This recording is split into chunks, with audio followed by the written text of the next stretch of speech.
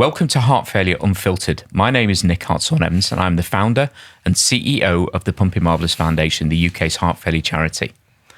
Today, we will be discussing heart failure the day everything changed. This is the episode of a series of 2 podcasts talking to a patient and their partner about the impact of their heart failure diagnosis and how they navigated living with it. Receiving a diagnosis is only the beginning. Patients and carers share what really happens when heart failure enters their lives. This podcast asks one question over and over again. Beat the diagnosis. Why being first across the line to detect heart failure matters not only in the health system, but more importantly, the patient and their family. Living with heart failure can sometimes feel lonely. The questions, the uncertainty, the changes to daily life. But thousands of people across the UK are walking the same path. The Pumping Marvellous Foundation is a patient-led charity offering trusted information, practical tools, and a supportive community. If heart failure is part of your life, you don't have to face it alone. Search Pumping Marvellous Foundation and find support from people who truly understand. £5. That's all it takes to help the Pumping Marvellous Foundation support someone living with heart failure. £5 might not change your day, but it could change someone else's. Visit pumpingmarvellous.org. Welcome to Heart Failure Unfiltered. Today, yes, this afternoon, just before the England match, I think, which is a 9 o'clock kickoff tonight against Croatia. Come on, England! We're at the podcast studios in Liverpool, which is our home for all our podcasts. Great studio. Have a look at them on the website. Today, I have some amazing long-term friends. So who wants to introduce themselves? Okay, I'll go first if you want. Okay. I'm Gavin Redhead. I was diagnosed with heart failure back in 2019, and I'd sort of lived with heart issues most of my life, and I became a patient educator with the Pumping Marvellous Foundation. And I'm Julie Redhead. I'm Gavin's wife, but also his registered carer. so we sort of, this was your idea, Gav, actually, I think. It was a bit, yeah. Yeah, So- exactly. I think people understand the concept of a patient living with heart failure, but they don't understand the other side of the coin, which is family members, carers, partners, wives, husbands, wife, whatever, living with that. So I think it's important that people get the full picture, what it's like, the impact on the family dynamics, and how that changes when you get diagnosed with heart failure. To take us back to the day you were diagnosed with heart failure, when you were told specifically you have heart failure. Yeah, the day I was diagnosed, I'd actually had a really bad day that time. I was with family and we were having a family meal, and When you say bad day, symptom-wise? Symptom-wise, I just wasn't coping. I was struggling with breathlessness.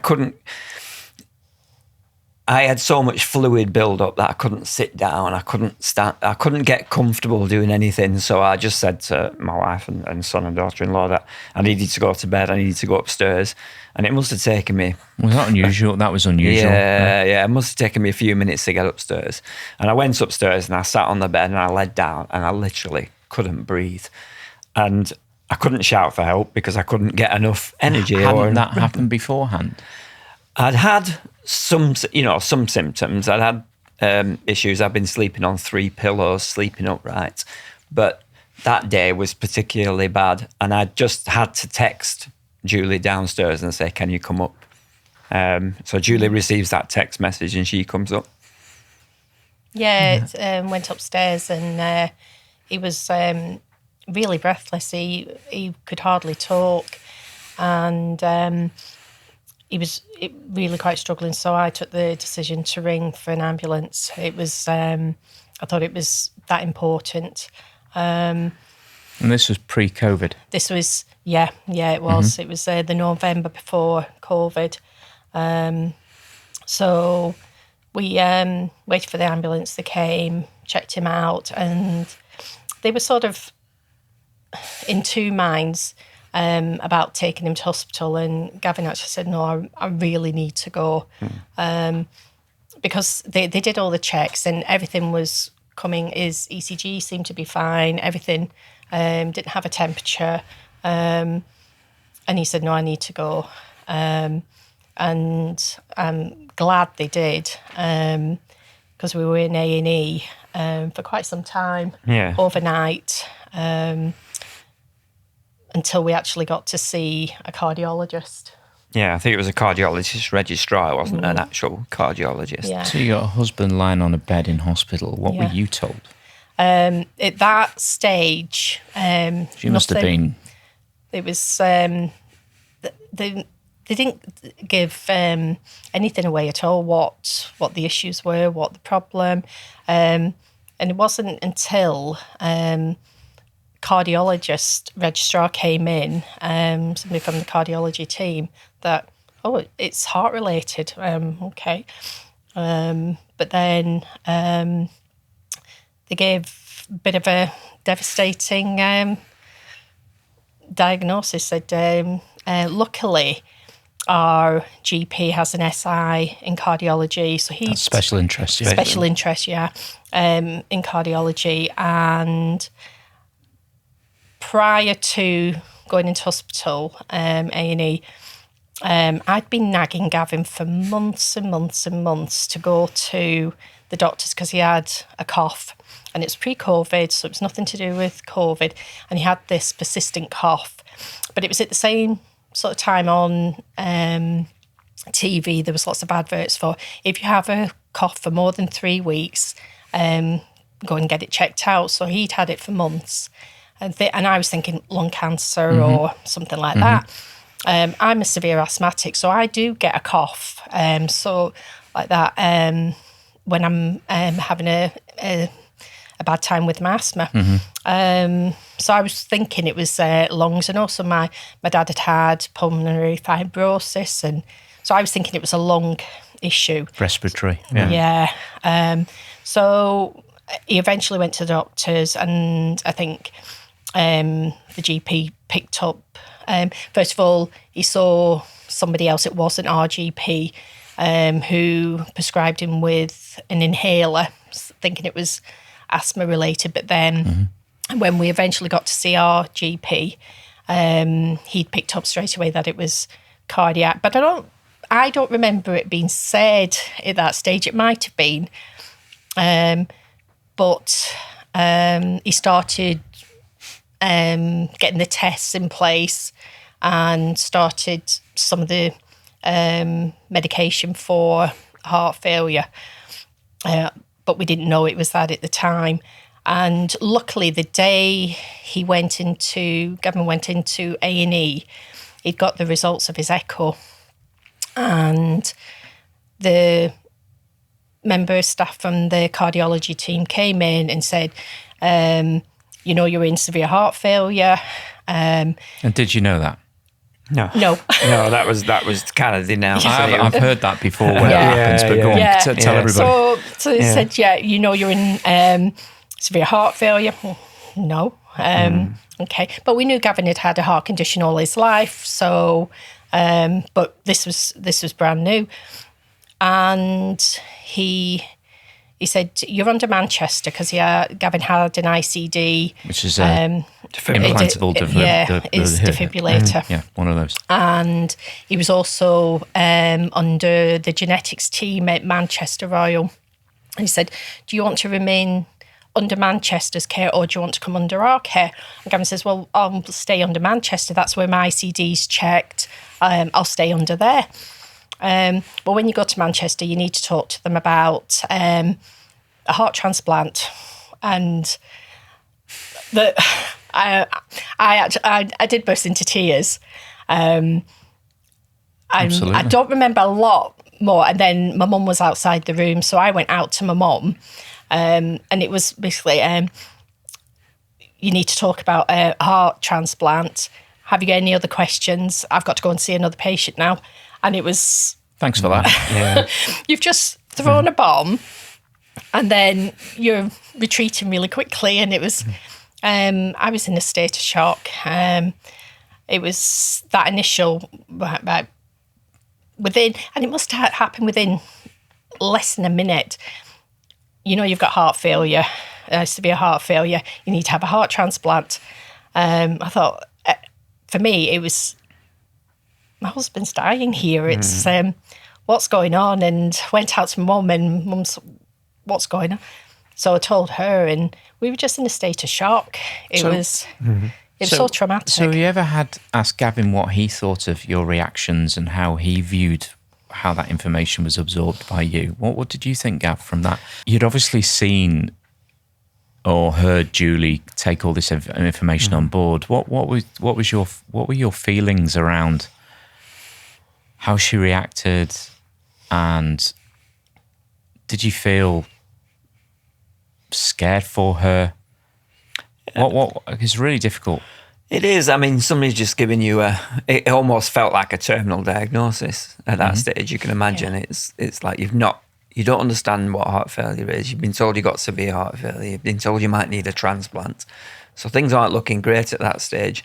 And, you know, I don't think it was unexpected, or I don't think anybody would be shocked that it would cause that much anxiety in Julie and that. So her leaving, running out of the room in tears, I could fully understand that. And but again, equally, I'm sort of led there thinking, hang on a second, what's going on and things. But I'm fairly pragmatic. I'm one of these people that thinks, okay, well, once I get the information, and as Nick knows well, I'm somebody who likes to gather information. I want to know what the opportunities are. But you do the worst thing possible. You get on your phone and you ask Dr. Google, what's the life, what's the prognosis, what's going to happen with this? And you've got the stats around, most people with heart failure don't live 5 years. That's the kind of top headline that comes out. No matter what bit of information is gathered, that's the one that spits out first. And then when somebody mentions transplant, you look at the transplant stats and they're even worse than the heart failure stats. So even if you get through that and you get your transplant, the transplant stats don't look great at all. So no matter who receives a diagnosis of heart failure, I think, one, there's a kind of way of delivering that information, making sure that somebody's informed and has a really good explanation given to them about what it means. It isn't it isn't usually a terminal diagnosis. It's a condition that it's long term. It's going to affect the rest of your life, but it doesn't mean you're instantly going to die in the next few months or anything. So I think, you could recognise a similar thing that would happen if somebody gave you a cancer diagnosis. I mean, do you think you both understood what was happening to you equally, or do you think you, Julie, were part of the audience? What do you think? And you weren't asked any questions, maybe, or weren't allowed to ask questions. You just sat there and absorbed it. I think I absorbed it, but we weren't given the opportunity to ask questions because he had other priorities and other... What, outside of the... Yeah, because he had to go and see another patient, which I understand. They're very busy, they've got other patients, but if you had given somebody a cancer diagnosis, would you have then just upped and left straight away, or another life-limiting or serious condition, would you just up and leave the room? If we decided that we wanted to be treated in Blackburn, would he have spent more time with us? Is it because we decided that we'll stay where we are in Manchester that it was almost, okay, well, you're Manchester's problem. Let them deal with it.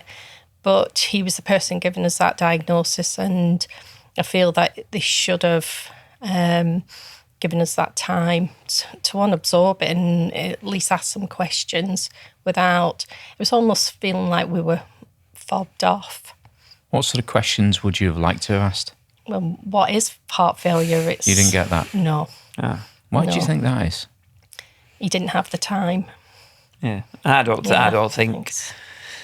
It's a personal view. I don't think many clinicians can give, unless they're a specialist, can give a structured definition of a very simple, patient-friendly definition of what heart failure is. And I think that's the challenge. And I think if you went into a hospital setting and asked a dozen different nurses or doctors, I think they would all give slightly different. They'd have a go at it, but there's such a common misconception that it's all about, oh, you've had a heart attack.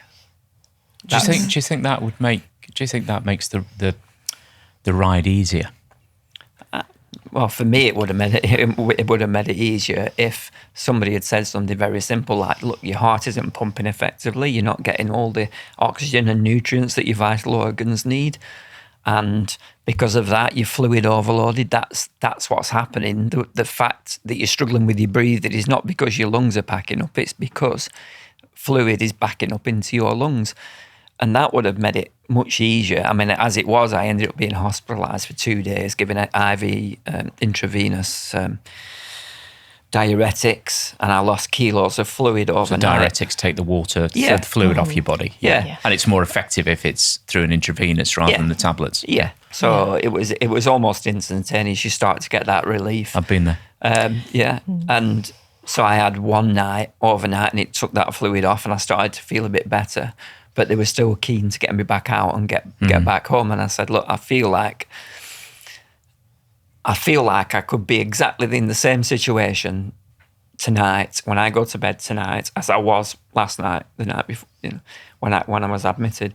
I think I need another night where I'm comfortable. I feel that you've got enough fluid out that would have been more effective for me, and it would reduce the anxiety for everybody, for the family as well. Yeah. Julie, yeah, did you? So. Sorry, go on.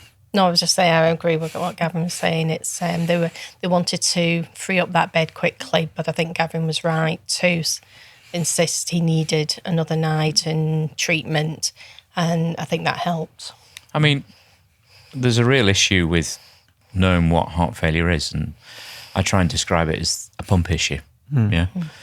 Because people sort of understand about cardiac arrest and sort of understand about heart attacks, like they sort of understand about cancer, but they don't get heart failure because it's not talked about enough. So because of that, did you think Gav's life was in imminent danger? I did, yeah. And did you get that same? Yeah. It was kind of one of those unwritten conversations where we're kind of looking at each other, both stressing about what the future might hold or not hold. So lots in the language then, Julie, yeah? Yeah, it was... I think those first couple of days, if we'd had somebody explain it to us, or even gave us some literature to read or something, it would have been much less stressful. We would have understood, like Gavin said previously, we're pragmatic, and give us the information. I would prefer to have warts and all. And if I had that, I can manage better. I don't like it to be sugar-coated.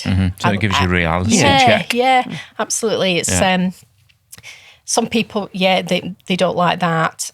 But for us, give us what it means, what the future holds potentially, and we can deal with it. If we don't know, how can we start to understand it and how to deal with what's going to happen in the future? Put some solutions in place Absolutely, to the problems you're going to... Yeah, definitely. So what was the hardest emotional point in the first 4 weeks after that you have heart failure, Gavin? Oh, sorry, you're in severe heart failure, Gavin, and I've just got to go away. See you later. Bye. I think when Gavin was discharged from hospital, he was still very poorly, and there was supposed to be a referral to heart failure nurse, and at that stage it still hadn't really been explained, but we'd done a bit of research and we understood a bit more about it. And I think because we knew of Gavin's previous heart condition, he had hypertrophic cardiomyopathy, and I knew about that. So heart failure was sort of like the next stage of his heart condition. So I understood it a bit better.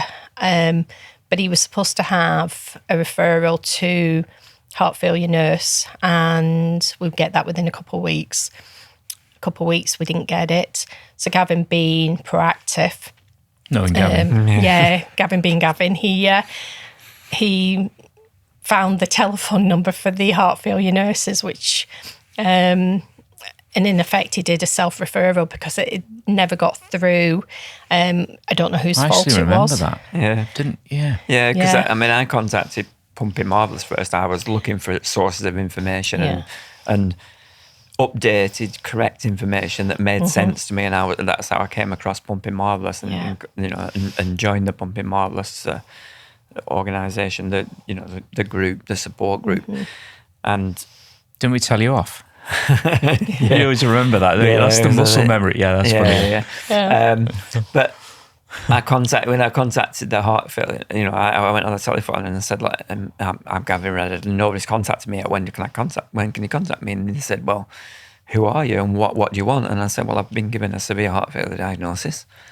I haven't heard anything from me. They discharged me from hospital, told me that the heart failure nurses will be in touch. Yeah. We had a referral. Leave it with me and I'll get back to you. So about an hour later, she rang back. She said, I'm really sorry, there was no referral made. Can you work, where do you live? And we said, yeah, we'll get you the nearest appointment. So the following week, I got an appointment to see a heart failure nurse. But I wonder how many people would be so proactive that they could actually get that. What would have happened? Would I have just continued and work with, try to get an appointment with my GP?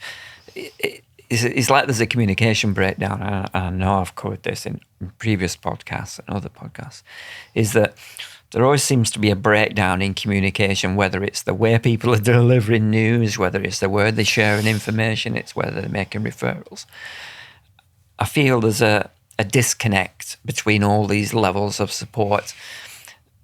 And I know I keep harking back to cancer, but you go into a hospital and you see Macmillan nurses stands. Mm-hmm.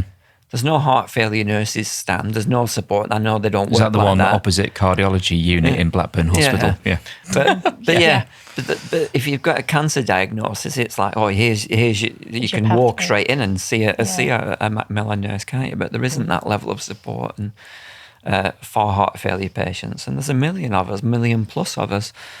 So why isn't there the same level of support available to us? So I think by that stage, by me contacting, I'd start to get my head around it a little bit. So the emotions kind of flipping over to, right, okay, we're going to meet this head on. We're going to do what we can do as a family. We're going to deal with this. Living with heart failure can feel frightening and lonely, especially when you're first diagnosed. The Pumping Marvellous Foundation exists to make sure no one faces heart failure alone.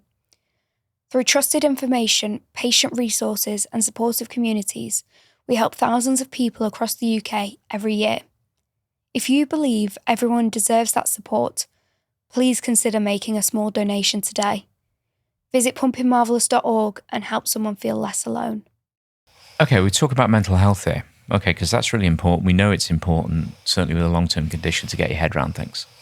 Some people can, some people can't, some people play at it, some people whatever. But when you were given that diagnosis,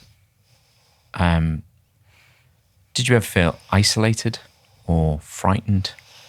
And what was the impact on your mental state?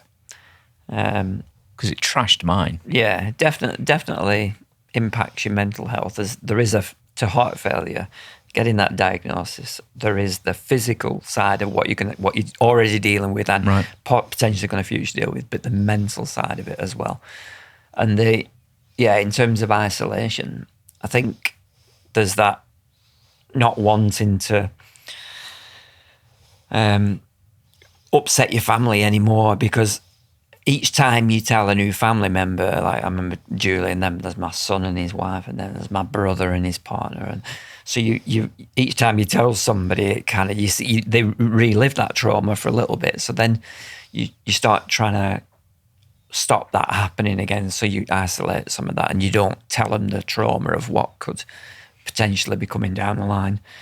But the mental side inside yourself, you're thinking about, it's almost like you're grieving for, you can see what you thought was going to be your future. You know, you're going to go off, you get the all cottage, taken away from you. Yeah, you get the retirement, and you go off and you have all these holidays, and you finish work, and you've done all this. Your grandchildren are here and everything, and all that's gone. In your mind, it's gone, isn't it? So you start to withdraw, and you think, oh, what's going to happen? And then a few months down the line, that is reality, that I had to give up work. I got medically retired because I'd got a potentially transplant coming on the line. So it was decided that I wouldn't be able to continue to work. And you know, we had that conversation, didn't we? I remember we went to see the... Because you had quite a senior role, didn't you? Yeah. Right. It's a big decision because you live by your means. Yeah. We'd gone to see one of the staff within the heart function team at Manchester. I think they call it heart function team. And Gavin said, well, because he was off sick at that time, said, well, when can I go back to work? And he went, you're not going back to work. And what do you mean I'm not going back to work? And he said it was 50% of people with your diagnosis die within 5 years. And it was sort of, oh, okay. So then we had to then go down the route of Gavin getting in contact with work and saying, look, they said I can't come back. I need to look at medical retirement. And it was, even then, it wasn't certain that he would get medical retirement. And I do remember actually saying to, I won't say exactly what I said to his manager, that if they made him go back to work and he died in service, I will sue them. Because his cardiologist team are saying he's not fit enough to come back to work. You can't expect him to come back to work. You can't override that. Yeah. So it's, thankfully they realised, and they did listen to the cardiologist team, and he did get medically retired. But he'd gone from having, like you said, a senior role. He was strategic lead for participation in the whole of Lancashire for Lancashire County Council. And going from that to, he'd only been there about 18 months, and he was really passionate about working with children in care and leaving care, and have that rug pulled from under you. It was How did you cope though, Julie?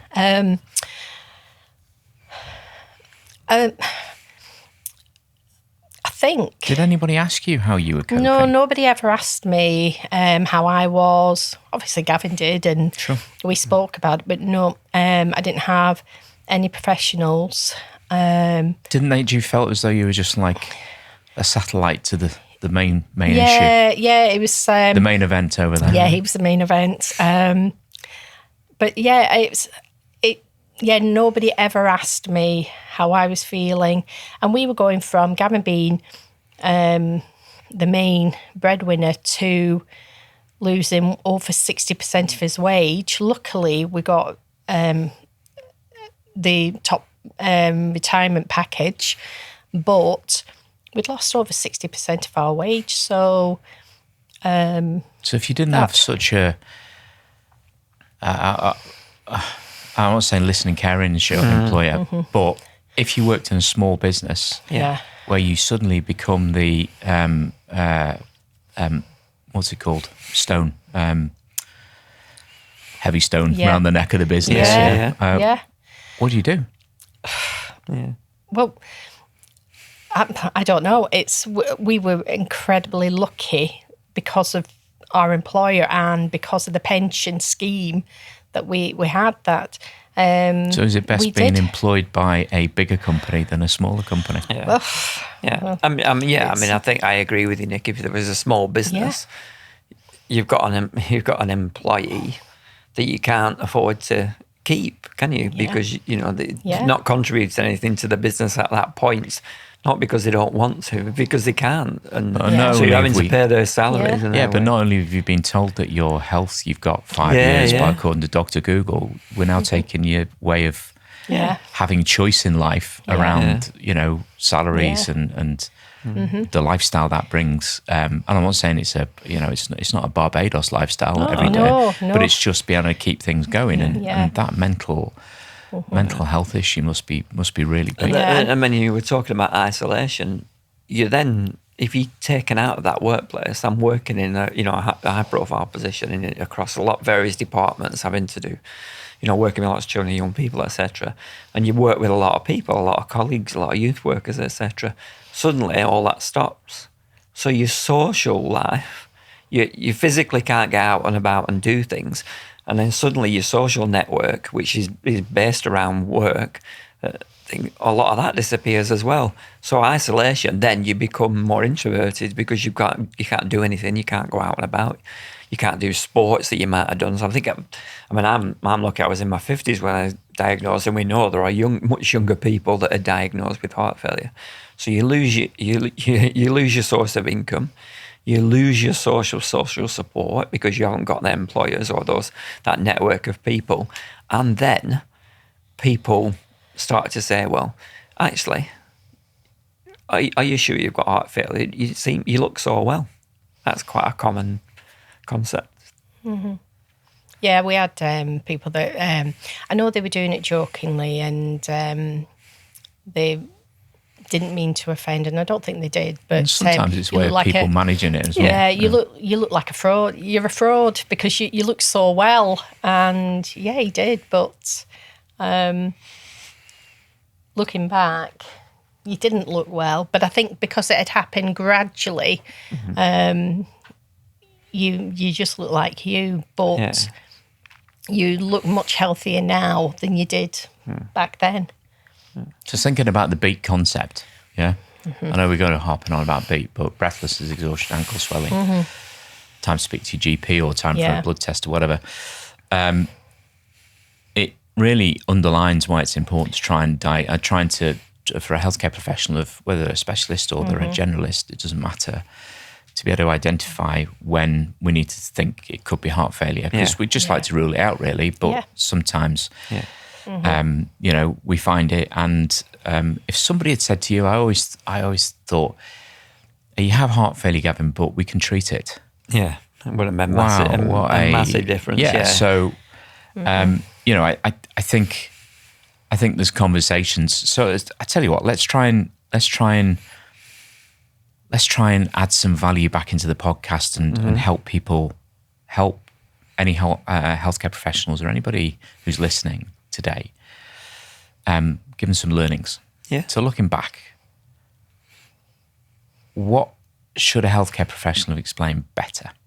Yeah, I think first, what heart failure is, how it affects your body, what different things can happen, why you're getting ankle, or in my case, abdominal swelling, why you're breathing so laboured, what's causing it, the fluid backup, what the potential treatments are. Yeah. So, it is a treatable condition. We can't cure it. It's not great, but it's treatable. Yeah, it's treatable. We can extend, your life. We can improve your quality of life compared to how you're living it at this moment in time. We can make it better, and it did happen. I went from not being able to breathe, not being able to sit up, lie down, etc., to doing long walks, walking a marathon, etc. So, if you get the correct information delivered in a caring way, simple information that you could understand, it will take away a lot of that anxiety and that shock, that trauma causing delivery. It will take a lot of that away, and it will help you to understand that there are treatments and options available to deal with this condition. What's your perception? I agree with what Gavin's saying, and if we'd known about beat, if we'd known, if we'd even seen a poster, it might have. We might have started asking questions or even researching. Well, what is beat? I've used beat at work in the last week. because somebody that I saw has the breathlessness, has the exhaustion, has the swelling, ankle swelling. I said, well, will you go and see your GP? I said, look, it might not be, but if it is, it's treatable and Get it early. If I'd known 6 years ago about that, then it would have saved an awful lot of anguish and that heartache, just excuse the pun. But it would have helped, I think. And having a caring professional who can pass on that information, it's got to be so much better than dropping a bombshell and going. It has to be. But the more people we can get that message out to know what beat is, and you can really live well with heart failure if you can get that early diagnosis and get on the treatment plan. You really can live well with heart failure. It's not a death sentence. We've got to get that message out there. So, if you could speak to somebody diagnosed tomorrow, what would you tell them? From a carer, from a partner, wife, carer, whatever. Yeah, life has changed, but your life is going to change. Yeah. It's but it's still a good life. It's different. It's not what we planned, and you do potentially go through that grieving process of what was or what could have been, but you can still live a good life.